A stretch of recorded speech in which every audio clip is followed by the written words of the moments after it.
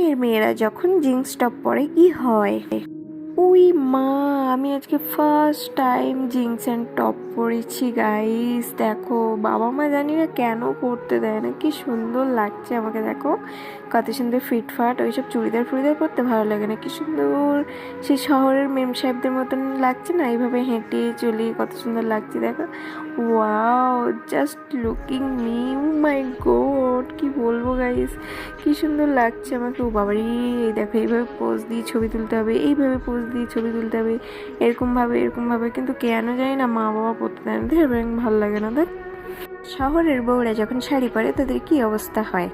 শাশুড়ি মা তো আজকে আমারে বলে দিল যে শাড়ি পরতে হবে বৌমা, তো আমি তো শাড়ি পরতেই পারি না, কিভাবে পরবো। ও গড, আমি তো কিছুই এর মাথা মুন্ডু বুঝতে পারছি না গো, আমাকে কেউ একটু হেল্প করো। কেন যে আমাকে বললো এরকম গ্রামের বউদের মতন শাড়ি পরতে, সিরিয়াসলি আমি বুঝে উঠতে পারি না।